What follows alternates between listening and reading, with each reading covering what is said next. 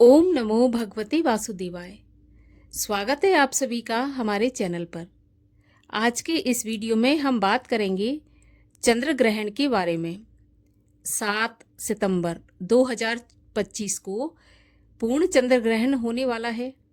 तो इस दिन हमें क्या करना चाहिए, क्या नहीं करना चाहिए, कौन से ऐसे काम हैं जो कि चंद्र ग्रहण के दौरान और ग्रहण के बाद में करना चाहिए, गर्भवती महिलाओं को किन चीज़ों का ध्यान रखना चाहिए और साथ ही साथ बच्चों को, बुजुर्गों को, सभी को इस ग्रहण के दौरान में क्या करना चाहिए, क्या नहीं करना चाहिए, सभी के विषय में आज के इस वीडियो में बात करने वाले हैं।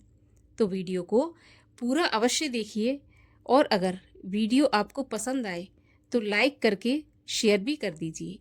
लाइक तो अवश्य ही करिए क्योंकि आपके लाइक से ही हमें पता चलता है आपको हमारा वीडियो पसंद आया। और अगर अभी तक चैनल को सब्सक्राइब नहीं किया है तो इसी प्रकार की सभी जानकारियां प्राप्त करने के लिए और सभी प्रकार की व्रत कथाएं सुनने के लिए चैनल को भी सब्सक्राइब करके बेल आइकन पर क्लिक कर लीजिए। तो चलिए अब हम शुरू करते हैं आज का वीडियो।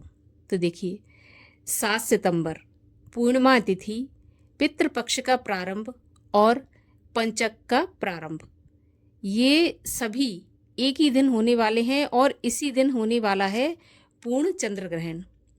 अब ये चंद्र ग्रहण भारत में भी दिखाई देगा और अगर भारत में दिखाई देगा तो इसके नियमों का पालन भी किया जाएगा।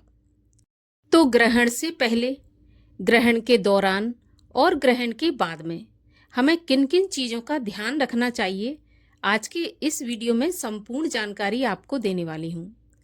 तो देखिए, ग्रहण के पहले हमेशा सूतक लगता है और जब चंद्र ग्रहण होता है तो 9 घंटे पहले सूतक लगता है, जबकि सूर्य ग्रहण में 12 घंटे पहले लगता है। तो 9 घंटे पहले लगेगा सूतक। चंद्र ग्रहण का जो समय है वो है रात्रि को 9:58 से और मोक्ष होगा रात्रि 1:26 पर। तो इस प्रकार से सूतक का प्रारंभ होगा दोपहर में 12:30 बजे के आसपास। ठीक है ना। तो इस दिन पूर्णिमा तिथि है, पहला श्राद्ध भी है, यानी कि पूर्णिमा का श्राद्ध भी है और पंचक भी आरंभ हो रही हैं। तो क्या ऐसे में श्राद्ध कर सकते हैं, कथा करवा सकते हैं? तो देखिए, बिल्कुल करवा सकते हैं, लेकिन 12 बजे के पहले पहले। 12 बजे के पहले आप पूर्णिमा का श्राद्ध भी कर सकते हैं, सत्यनारायण की कथा भी करा सकते हैं, लेकिन सूतक लगने के बाद फिर आप इन सब चीज़ों को नहीं कर सकते।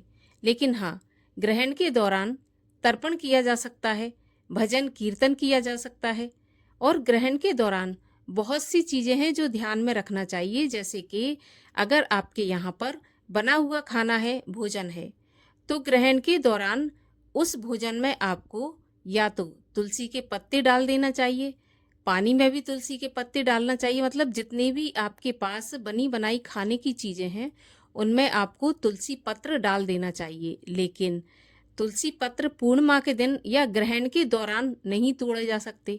तो फिर तो आप पहले से तोड़ के रख लें और इसके बाद अपनी जो भी चीज़ें हैं खाने पीने की उनमें डाल दें, नहीं तो ग्रहण के बाद ये सब बेकार हो जाएगा और आपको फेंकना पड़ेगा। तो डाल दें। अगर आपके पास तुलसी पत्र नहीं है, मान के चलिए नहीं तोड़ पाया, तो आप उसमें काले तिल डाल सकते हैं।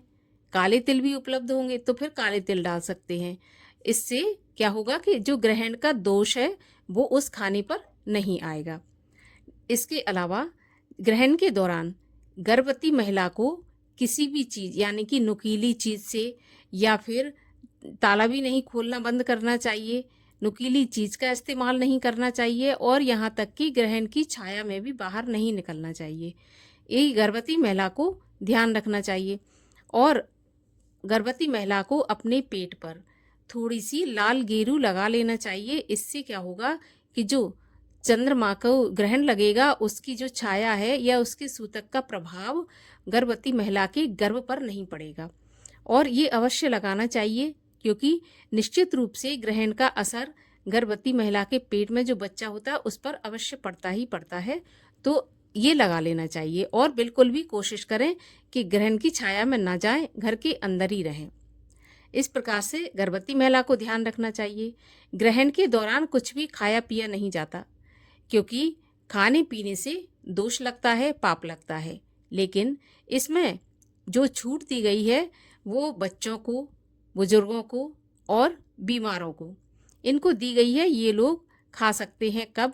ग्रहण के 4 घंटे पहले, 4 साढ़े 4 घंटे पहले खा सकते हैं। लेकिन जो स्वस्थ मनुष्य है वे नहीं खा सकते। कब से?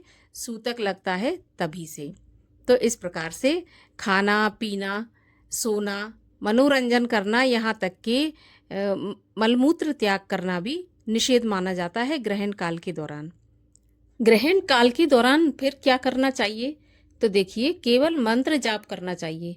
अगर आपके पास गुरु मंत्र है तो आप उसका जाप करें, अगर नहीं है तो भगवान के नाम का स्मरण करें। इससे ये होगा कि ये कई लाख गुना बढ़कर आपके सामने आएगा। ग्रहण काल के दौरान हम जैसा काम करते हैं वो लाख गुना होकर सामने आता है। तो भजन कीर्तन इसलिए हमें ग्रहण काल के दौरान करना चाहिए। अब ग्रहण के बाद में क्या करना चाहिए? तो ग्रहण के बाद में दान करना चाहिए, स्नान करना चाहिए, घर की शुद्धि करना चाहिए। क्योंकि जैसे देखिए, सूतक का मतलब ही होता है, सभी जानते हैं, सूतक मतलब अपवित्रता। तो गंगा जल से आप चाहें तो पूरा धोकर साफ करें, नहीं तो गंगा जल का छिड़काव कर दें, इससे घर शुद्धि करें। वस्त्र पहनकर ही स्नान करना चाहिए। जैसे रात्रि में 1:26 पर मोक्ष होगा, तो रात्रि में अगर स्नान करना चाहें तो कर सकते हैं, नहीं तो प्रातःकाल उठकर वस्त्र सहित स्नान करें और इसके बाद घर शुद्धि करें। आप जो भी आपके खाने पीने के बर्तन हैं उन्हें शुद्ध करें, क्योंकि पूरी तरह से सब कुछ अपवित्र हो जाता है। फिर उसके बाद मंदिर के कपाट खोलें। ध्यान रहे, ग्रहण काल के दौरान यानी कि सूतक काल लगता है तभी से मंदिर के कपाट भी बंद हो जाते हैं। तो आपके घर में जो भी कोई छोटा मंदिर हो, बड़ा मंदिर हो, उसके कपाट अवश्य बंद कर दें। इससे पहले नहीं खोलें। जब आप स्नान करें, घर की शुद्धि करें, उसके बाद कपाट खोलकर पूरे मंदिर की शुद्धि करें, तब जाके ग्रहण का, सूतक काल का जो अपवित्रता होती है वो समाप्त होती है। अगर ऐसा नहीं करते हैं तो ऐसा कहा जाता है कि अगले ग्रहण तक आप अपवित्र रहते हैं, कोई भी पूजा पाठ करने लायक नहीं रहते हैं। इसके बाद दान भी करना चाहिए। अन्नदान का विशेष महत्व है। और एक चीज ध्यान रखें, जब भी आप ग्रहण का दान करें तो ग्रहण का दान हमेशा शूद्रों को किया जाता है, अर्थात ब्राह्मणों को इसका दान नहीं दिया जाता, शूद्रों को दान करें। अगर शूद्र नहीं मिलते हैं तो आप गाय को दान कर दें, या फिर मतलब कोई भी अनाज लें, आप गाय को खिला दें या पशु पक्षियों को खिला दें। इस प्रकार से दान करें, क्योंकि ब्राह्मण, पुजारी, पंडितों को ग्रहण काल का दान नहीं दिया जाता है। तो दान की भी बहुत महिमा है। दान करते हैं अगर ग्रहण का तो वो भी कई गुना फलदायी होता है। तो इस प्रकार से ग्रहण काल के दौरान जितना भी हो सके सात्विक काम ही करना चाहिए।